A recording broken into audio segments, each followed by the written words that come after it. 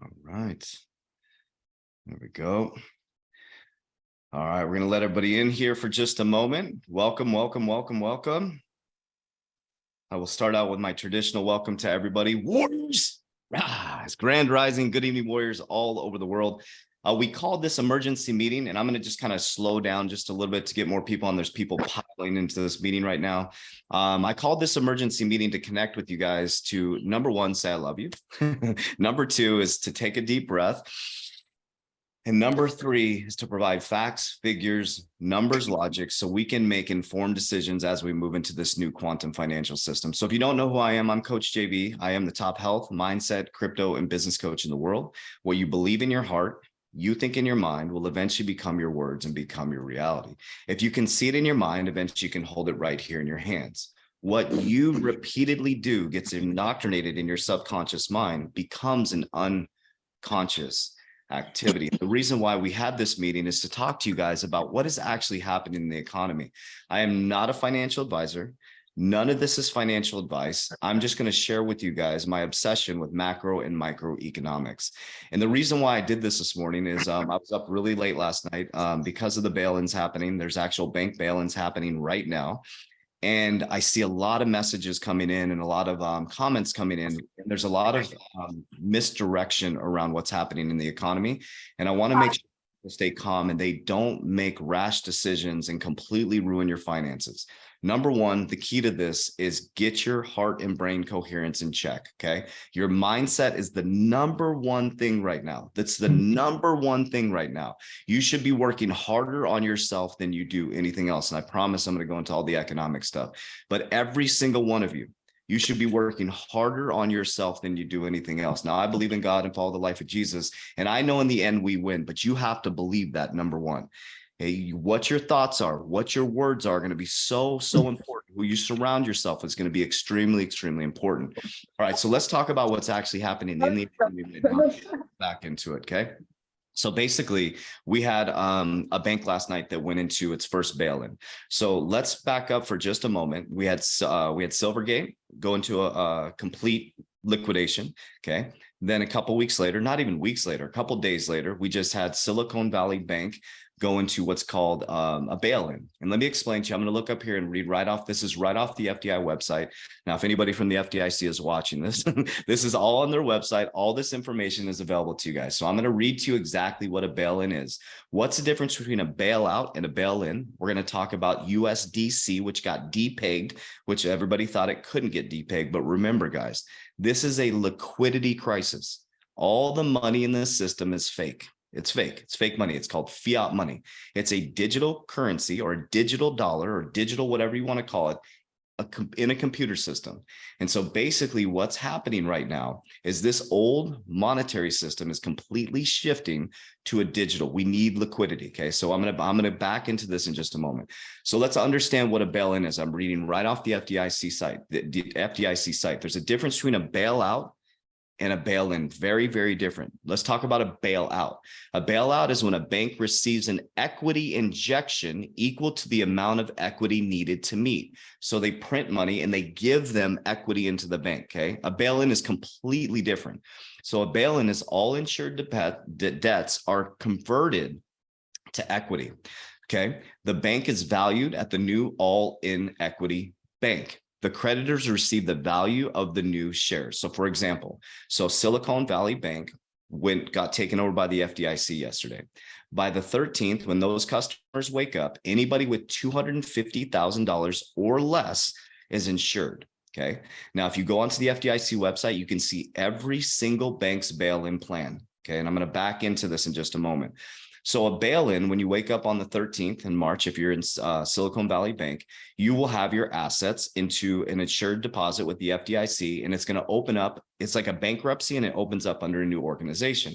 If you're over $250,000, those are uninsured deposits, and you get a certificate. And when they do the equity sale, you may get your money back. Okay. So if somebody has over $250,000 cash sitting in the bank, I'm not a financial advisor, but you might want to think about that. Okay. I would highly recommend, this is all open to the public, go on the FDIC website and study what FDIC insurance is. Okay. So just educate yourself on that. If you don't have over $250,000 in the bank, let's talk macroeconomics. Okay. This is really, really important. So the macroeconomics of what happening is we're in a massive, massive debt cycle. I highly recommend you check out Ray Dalio. But let's go into the unpegging of USDC. Okay. So what happened is Circle, okay, Circle has 8% exposure. And this is why this is so important to understand, not understand, understand deep in your soul what's happening. Okay.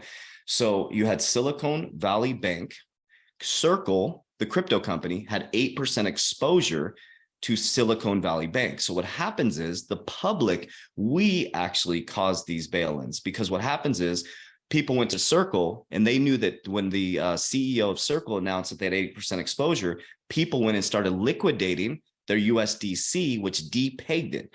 So nobody thought USDC could get depegged. But remember, guys, this is all liquidity. Banks are all liquidity. Well, who's the liquidity? You guys. Your hard-earned money, your paychecks is the liquidity inside of a bank. If I suck liquid out of a dam, or I suck liquid out of a dam, what happens? It goes dry and it eventually cracks. So we're in a massive liquidity crisis as a world. The world banks are in a liquidity crisis. There are three ways that banks make money: capital markets income, interest income, and fee income. Okay. So capital markets income is like the trading, things like that, the stock market. You have interest income, which is credit. And then you have fee income, which is customers' checking accounts. Okay. So all banks right now are in a liquidity crisis. There's a reason why central banks are stacking gold. There's a reason why Basel III rules changed in 2020, where banks have to hold gold, physical gold on reserves to have riskier assets. This switch has been happening for a very, very long time, warriors. This isn't brand new. Okay. 2012, the FDIC started their bail-in plans, and biannually, every single bank had to enter their biannual plans. Here's another thing. We're going to talk about the players in the game. Okay. I need you to study Jay Clayton. Jay Clayton is the gentleman from the SEC that initiated the case against Ripple and the SEC around XRP being traded as a security on December 20th, 2020. 3 days later, he announced that he was leaving the SEC abruptly and went to consult for a cryptocurrency fund. I highly recommend going to ChatGPT and type in Jay Clayton and what boards he's on. You should have a pen and paper out, write these players in the game. This will help you stay calm because you'll be able to see the logical circuit and what's connecting.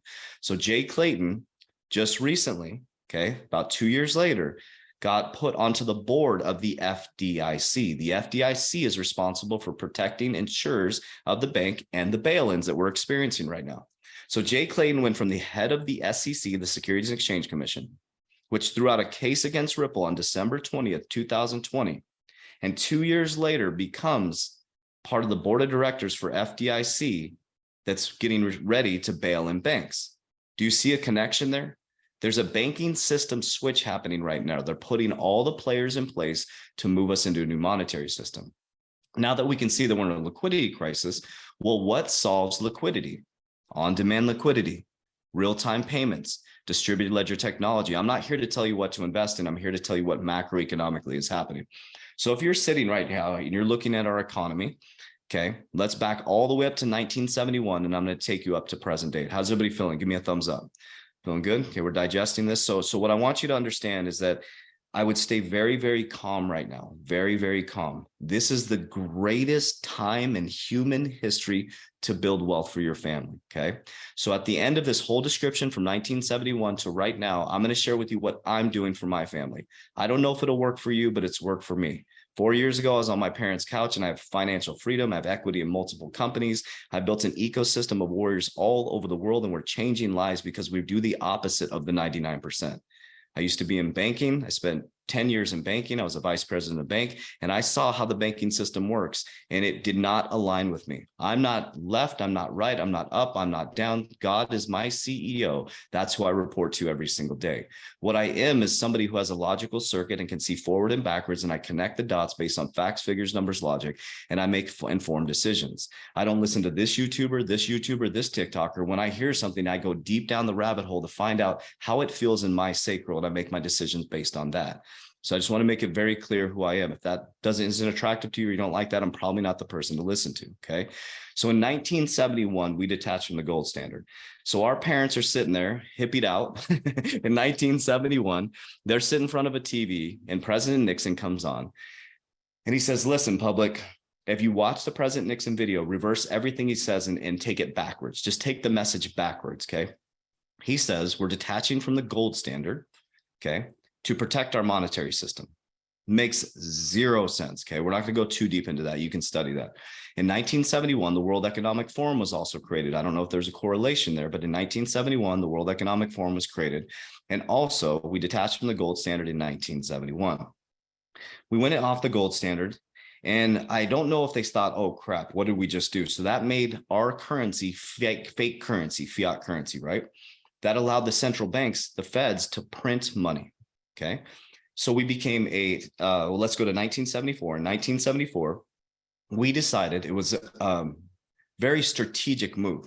So America did what's called the PetroDollar in 1974. So in 1974, we did a deal with the Saudis to protect them with arms. Okay. So all US dollars, all oil in the world needed to be traded in US dollars. So think about that for just a moment. In 1974, we were deep in the industrial area, gas, cars, industry, oil, gas, right? It was part of our ecosystem. And I see someone raising their hand. We're not going to be answering questions on this, and there's too many people. Just let you guys know, I'm just going to flow with this, okay? So in 1974, we did the petrodollar, and all oil was traded in the US dollar. Since 1974, the US dollar has been the bully. 1974, they're not going to mess up my flow. Devil, we got you. All right. So, so 1974, where were we at? Petrodollar. So, right. So all oil was traded in US dollars. Okay. So what happened from that point on in the 1980s, we've been in a low interest rate environment. This is extremely important for you guys to understand where we're heading. So we're in a low interest rate environment. Okay. And what happened was they've been printing money since 19, excuse me, that threw me off. Sorry. Let me take a deep breath. Okay, so we've been in a low interest environment since the 1980s. So let's go to 2006, and then we're going to go all the way to where we're at. So in 2006, we went through a massive housing crisis, and this is going to take us to where we're at now and where we're heading. And I'm going to share with you what I think is going to happen, just my opinion. So in 2006, we had one of the biggest housing collapses in history going into 2008. In 2006, there was the things called the BRICS countries were starting to come together, which is Brazil, Russia, China, India. Am I missing one? Brazil, India, Russia, China. I'm missing one of them. South Africa. Okay. So those countries started to work together. In 2008 and going into 2009, they created what's called the BRICS. In 2009, Bitcoin's inception came. I don't know if there was a connection there, but the BRICS countries came together in 2009. And also, Bitcoin's inception was in 2009. Since 2009, if you look at the M2 Money Report, it literally has gone straight up. So Bitcoin was created, okay, a sovereign, a store of value. And all of a sudden, the money printing machine just gets turned on straight up. And then in 2012, Obama put his, I forget what the actual plan is, but it was a bailout plan, right? And in 2012, they started the bail-ins for the banks, the bail-in plans. So they started the bailout plan for the economy, and they started the bail-in plan for the banks. So in my opinion, with Bitcoin's inception in 2009, going into 2012, they were preparing for this new monetary system. They knew that if they kept printing money and they kept interest rates really low, that they could pack their bags in this new monetary system. And who cares about the general public, right? Let's completely destroy the system, and then we'll rebuild in this new monetary system. So then let's fast forward to 2020. I'm not picking sides. I'm not saying yes, no, indifferent, because some people, got very sick during these things. I'm just going to share with you facts, figures, numbers, logic. 2020, we all globally get shut down. Had never happened before. Globally, we get shut down. You have to think about that for just a moment. The whole globe gets shut down together. Money was really hard to get access to. You couldn't get into the banks. Everybody gets onto their phones. We now connect with people all over the world. We went viral on TikTok. Our whole lives changed because of the C word or COVID, right? So when we looked this way, we decided to go this way. So from 2020, the next 24 months, they turned the printing machine on full blast. Okay, full blast, guys. You can see the M2 Money Report go straight up in a low interest rate environment. So you have to think about that for just a moment. The excuse is that people needed stimulus. Okay. So that pumped a bunch of money into banks. It pumped a bunch of money into companies, and they were buying junk bonds off of companies. So helping their brothers and sisters out in these big corporations, buying junk bonds to protect them. Right. So there's a bunch of liquidity in the system, which is like money, right? Fake money's in the system, a low interest rate environment. You can borrow your way out of problems. And then all of a sudden we come into 2022 and cryptocurrency starts to collapse. FTX collapse, Celsius collapse, a stable coin collapses, and cryptocurrency is a fraud. Okay. All over the news, every single person believing cryptocurrency is a fraud. So they push the public away from it. Great. What they did is because of the low, and this is cycles. Study Ray Dalio. These are credit cycles. These are boom and bust cycles. So when you have a new innovative technology, you have a lot of venture capitalists that come in, and all these companies get over leveraged. So as we went into 2023 and what we're experiencing right now, hopefully this message is reaching you well and this makes sense. Imagine injecting a bunch of liquidity in a low interest rate environment, and then all of a sudden someone slams the brakes on and you have your seatbelt on. It's like, ugh. So you're a company and you're sitting there. It's like, oh shit, I don't have access to cheap money anymore. All my liquidity is drying up now. They're throwing interest rates up through the roof. And when interest rates go up, they're trying to cool inflation, right? So inflation, Russia invaded Ukraine, two of the biggest wheat producers in the world. Okay. That created a supply chain problem. It also created inflation. I don't know if it was on purpose. I don't know what happened, but it created a supply chain problem, an inflation problem. Okay. So all of a sudden inflation comes in. Well, how do you cool inflation? You throw interest rates up, cool inflation, and then you create a liquidity problem. And what solves the liquidity problem? On-demand liquidity, distributed ledger technology. So now here we are in 2023. So the Silvergate comes collapsing down. George Soros was shorting Silvergate. We knew that was going to come collapsing down. If you watch my content, I told you guys once he shorted Silvergate, it was coming collapsing down. Sure enough, comes collapsing down. Now here we are with the Silicon Valley Bank, right, is collapsing, or they're bailed in now. And so the question is your bank going to get bailed in? I have no idea. What I do know is that we're heading into a very, very, very, very volatile market on the back end of this year. Another thing that I do know, it's the greatest time in human history to build wealth. I'll repeat that. It is the greatest time in human history to build wealth. Now, here's where the danger comes in. Okay. Most of the wealth is with the baby boomers. So I'm 46, going to, I think it's older, obviously, but 46 and above is where most of the wealth is in society. Okay. Most of it's in traditional deposits, things like that, 401ks. And I'm not saying go cash anything out, but I'm just sharing with you that money is going to start to transfer down into a new ecosystem. It's not going to transfer down into the old traditional system. It's moving into a brand new monetary system. So what you're going to see is you're going to see a lot of banks come collapsing down. Now, here's the thing with a bail-in, though, they're going to open back up on the next Monday. For example, I want a Silicon Valley Bank, whatever it's called, on Monday, the 13th. It's going to open back up. It's just going to open under FDIC's protection, and it's like a bankruptcy, and it opens up under new organization, right? So the banks will get bailed out. Some won't survive it, or not. They'll get bailed in, and they'll open up the next day. But they've been preparing for this since 2012, guys. This isn't brand new. It's nothing new under the sun. They've been getting ready for this moment in time.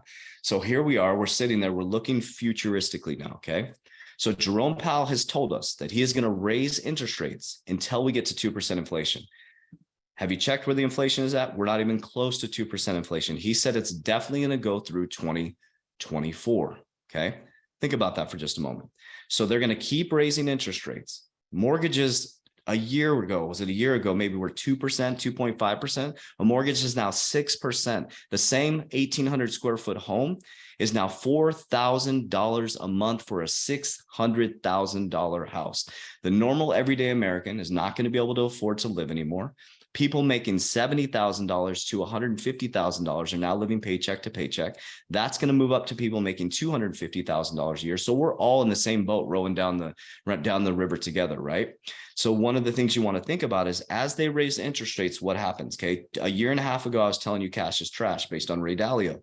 Well, cash is no longer trash, but we're in a weird dynamic, right? There's a liquidity crisis. Cash has value now because interest rates are going up as they try to cool inflation. But what happens is everybody's going to start sucking out liquidity of the markets. Okay. People are panicking right now. You see the crypto markets down, the stock market's down. I don't watch charts. I watch macroeconomics. The liquidity is going to start sucking out of these markets. Now, what happens? Remember, when you suck out liquidity of a dam, it dries up. So that gives us normal everyday people, the opportunity to buy intrinsic value companies. And I'll explain that in just a moment, at extremely, extremely low prices. All of you, every single one of you has to read and study Intelligent Investor, the book. Every single one of you should study that book and understand it. It's not a fun read. It's boring. That's the book that Warren Buffett read when he was 12 years old, and he stopped investing in the stock market and he started investing in companies. Okay. So what's going to happen on the back end of this year is the job market. We're going to lose about 2 million jobs. If he keeps bringing interest rates up, we'll lose, just based on math, we'll lose 2 million jobs. Do you understand what that will do to the economy if 2 million jobs are lost? Every single dollar in the economy is someone else's debt. So when you're standing in line in the bank, when you put your dollar in, they're lending that out to the next person, and they're lending it over 9 times. So the whole banking system, the whole monetary system, it is a massive liquidity crisis. Okay. They also right now, the only way they can keep this monetary system going is to raise the debt ceiling, right? Or to suspend the debt ceiling or raise it. So everybody's like, oh, they're battling and stuff. They have to raise the debt ceiling. They have to. We can't even pay for our services. The last one, they had to raise the debt ceiling because they couldn't pay for postal workers' pensions. Okay. So they're going to keep raising the debt ceiling. But what fixes this is on-demand liquidity, distributed ledger technology, moving money at the speed of light. What do they need? They need liquidity. They need money moving a lot faster. So I hope this message reaches you well. So if you don't have over $250,000 in the bank, I would take a deep breath. Some things that people do, okay, they put their money in assets like gold and silver. You can look at things like leveraged life insurance. You can look at certain different cryptocurrencies. They're very speculative, obviously, because we don't know what's going to happen with regulation. I'll talk about that in just a moment. But what you can't do right now is you can't sit on your hands. You can't sit on your hands right now. This is the greatest time in human history.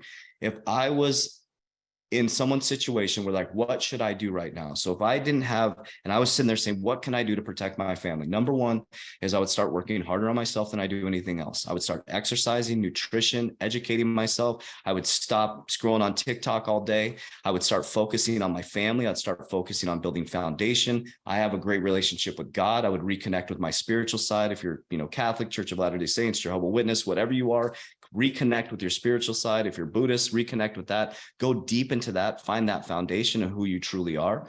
Next, what I would do is I would start to study people like Ray Dalio, Coach JV. I would look up Stansberry Research, Robert Kiyosaki. I would read the books Rich Dad, Poor Dad, Think and Grow Rich, Richest Man in Babylon. This is recorded. You can watch this again, okay? From that point on, I'd become obsessed with those things. What I would also do is I would create a budget. And if you want to join a Warrior Academy, you can, week one, you do a budget. Okay. Everything's in the Warrior Academy. So on week one, we do a budget because you have to have a budget. You will realize that you're spending so much money on things that you don't need to impress people you don't like. I got that from Gary Vee a long time ago. I was buying things that I couldn't afford to impress people that I don't like. So I cut out all frivolous spending. I started to get access to capital, which is cash. And then I started to study what intrinsic value companies are. Things like, I like Ripple. I love Ripple, the company, because I can touch, feel, I can see, I can look at their Mosaic score. I can look at their board of directors. And I started investing in companies that I could touch, feel, and see. It took me a while to get into HBAR. I got into HBAR because I could touch, feel, and see what was actually happening with it. I stopped focusing on getting rich quick. You are not going to get rich quick. If you're in an environment or listening to a YouTuber, TikToker, or anybody where you're thinking you're going to get rich quick, every single human being that I have met or we have coached has gotten rich quick, has lost it all. Every single person, to include myself when I was new to these markets, I got wrecked in yield farming. We speak from experience here. I forge a trail forward, I make mistakes, and I come back. I'm an intelligent investor. I'm a long-term fundamental investor. Okay. So I would get access to capital and I would start putting money on the sidelines. I wouldn't be jumping headfirst into these markets, right? People are like, I'm going to cash out my 401k and put all my money into crypto. You should look to see what is going to happen with this market. As interest rates go up and they suck liquidity out of the market, it's going to keep going down, and it's going to keep going down, and it's going to keep going down. So what key is to dollar cost average in. And once you get set and we go into the next year, which is going to be the bull run after the Bitcoin halving, you have to have an exit strategy, because just as soon as it comes up, it comes collapsing down when you're not ready, because this is how it happens. Okay. After the Bitcoin halving, a couple months later, Bitcoin's going to go parabolic. That profit is going to flood into alternative coins. Okay. That's going to go parabolic. And then what you're going to do is you're going to get all excited, like all of us did in 2021. And we watched it all go up. And then we watch it all come collapsing back down, and we're trying to panic sell on the way out, and we lose our profits, right? So what does an exit strategy look like? It's putting target points on the way up. So for example, I'm exiting 50% of my crypto portfolio. Okay. 50%, I'm holding 50% long-term, and I'm laddering on the way up. Okay. So at a certain amount, I'm going to take out 10%, and at a certain amount, I'm going to take out 30%, and a certain amount up to the 100% of the 50. I will make more money than somebody who is trying to catch the top, because when you're focused on your favorite YouTuber telling you that your favorite crypto is going to go to $100,000, I guarantee it's going to collapse at $68,000. That's all by design. Okay. So I hope this message reaches you guys well. I would highly, highly recommend you cut your frivolous spending. You create a budget, you start getting access to cash. That's what I did 4 years ago, being completely transparent with you guys. And you guys are probably here because you watch my videos. 4 years ago, I was back on my parents' couch. I lost everything. Why did I lose everything? Because of my deep-rooted subconscious mind programming around wealth. I realized that nobody in my family had wealth, that nobody talked about wealth, that nobody understood wealth. So my wealth paradigm was completely broken. I knew how to make money, but why did I keep losing my money? So what I did is I rewired my subconscious mind to wealth. I started to understand how the wealthy operate. They don't operate in the same ecosystem we do. They don't go to school, get a job, go get a 401k and hope that they'll retire with $1 million at 4% interest or $40,000 a year. That is not retirement. $40,000 a year is not retirement. Okay. Think about that for just a moment. To get in the top 1%, which every single one of you has the opportunity to do, you need to make $518,000 a year. Okay. That sounds like a lot. And if it does sound like, I'm sorry, if that sounds like a lot to you, you need to study your reticular activating system. If I say that to you and you say that's not possible, guess what? It will never be possible for you. Ever. And that's what the indoctrination system does. It gets you to believe that that is not possible for you. It is possible for every single one of you on this line. And if you accept that, how do you accept that? You connect to the feeling and frequency that it already exists, knowing that it is possible, because it is possible for you, because that frequency already exists. If someone can make $1 million or $1 billion, that frequency exists. You have to access that frequency through consistency, discipline, knowledge, people, places, things, environments, because those all frequencies. Okay. If you're trying to get wealthy, but you're hanging around with people who are doing frivolous spending, you're not going to get there. I promise you. If you're trying to develop a better relationship and you're a dude that's hanging out with your buddies playing poker and your wife's sitting at home waiting for you till 3 o'clock in the morning, I guarantee you, your relationship's not going to improve. Okay. You are a frequency. And so when I said $518,000 a year, that's what I'm telling you. If you work harder on yourself than do anything else, all of this is going to be irrelevant. All of it doesn't matter what happens. It doesn't matter if they do bail-ins. It doesn't matter if they do bailouts. 2020 was the worst economic times in the world. And I became a millionaire in 2020. Going into 2023, our companies became $1 million companies because I didn't focus on what was going on. I focused on what was possible. I started to train my brain to see what was possible, not what was impossible. And as everybody looked this way, I looked this way. I said, if the 99% is broken, the 99% is broken, I'm not going to do the same things that they do. I'm going to do what I believe I can do. And so I started to believe in myself more than anything else. And I started to heal myself more than anything else. And I'm going to give you the last secret before we get off this, okay? And I don't know if this is going to work for you. It just worked for me, okay? I don't know if this is your truth, but if this resonates with you, I'm going to share with you something that changed my life.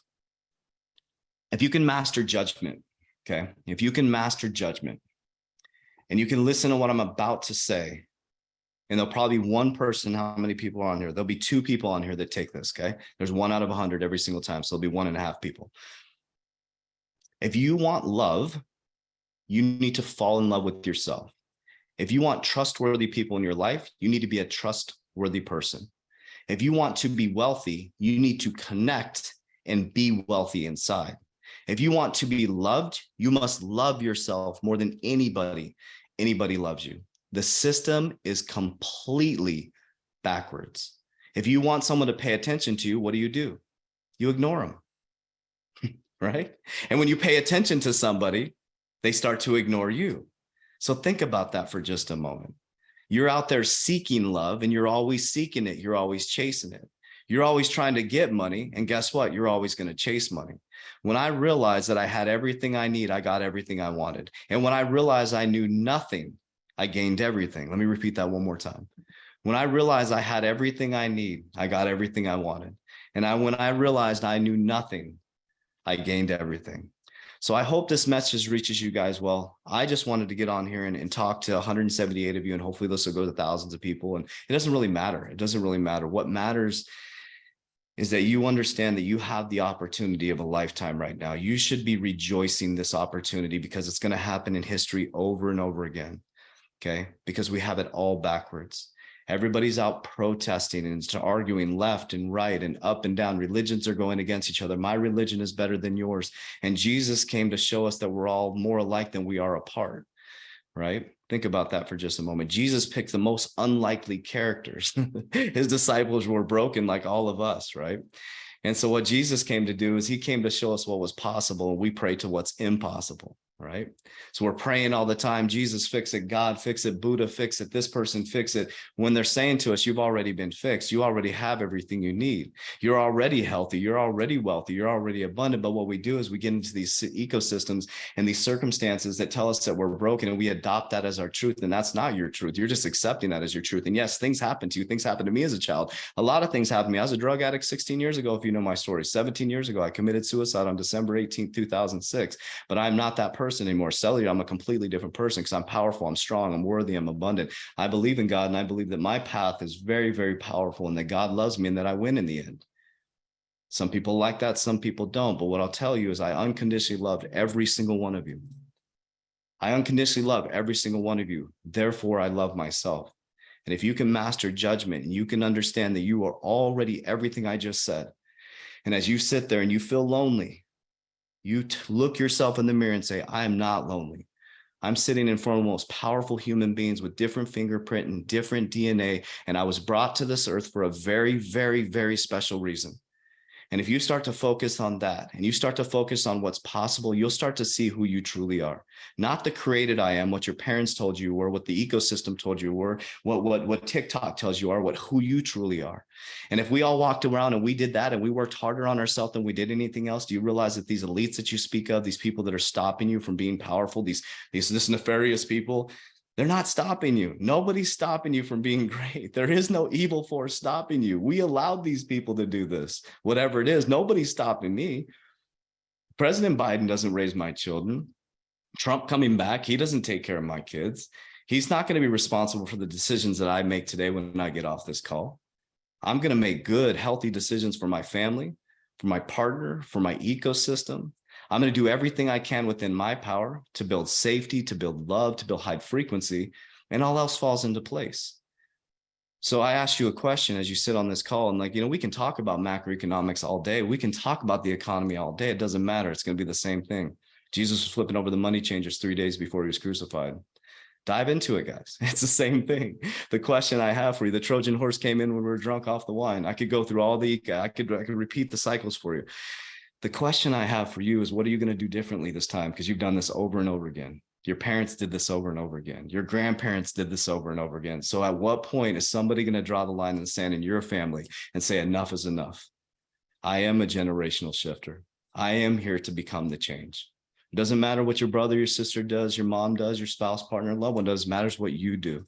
And every single day, all you can do is look in the mirror and say, did I move the needle forward? Not did this person stop me or this, but did I move the needle forward? And if you make a mistake, you make it right. And I'll tell you what, the new currency is going to be authenticity. I'm going to predict that the new currency is going to be authenticity. Okay. I just recently on the YouTube channel, people kept asking what's my net worth. I said exactly how much money I make. It's no secret. I'm going to be a billionaire. That's a fact. I'm going to be a billionaire. I'm not even close right now, but I've already been there. I've already lived it. And you know why? Because I understand what it's going to do for humankind and mankind, and what it's going to do for my family and the legacies to come. So I'll leave you with this. Okay. You have to understand what's possible from this point out. Yes, a freight train's coming. So if a freight train was coming and you knew it was going to hit every single one of us, would you rather be strong mentally, physically, and spiritually? Or would you rather be frail and weak and complaining? I'm going to repeat that. A freight train's coming. It's going to hit every single one. You can't get out of the way of this freight train. Would you rather be strong, healthy, and spiritually aligned, or weak and frail and complaining?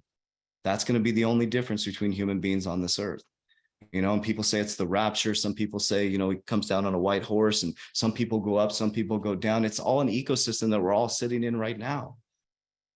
You can choose to be on the left hemisphere of the brain right now or the right hemisphere of the brain. I could go get drunk and hit somebody head on right now. It's all the decisions you make from this point on. So I love you guys very, very much. I appreciate you guys jumping on a Saturday. You know, spread this message if you can. We'll send this out. But I'm glad that you guys are here. And so I just wanted to do this video because I want you to know it's going to be okay. It's going to be all right. You know why? Because you're okay. Because you're all right.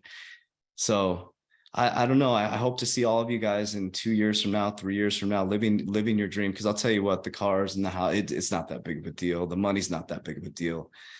Freedom is a big deal. Peace is a big deal. Love is a really, really cool deal, man. So I love you guys. I appreciate you. I hope to meet every single one of you in the future. And as we end every single call, warriors, rise. Get your shit together. I'm going to go get mine together. Talk to you soon. Bye-bye, everybody.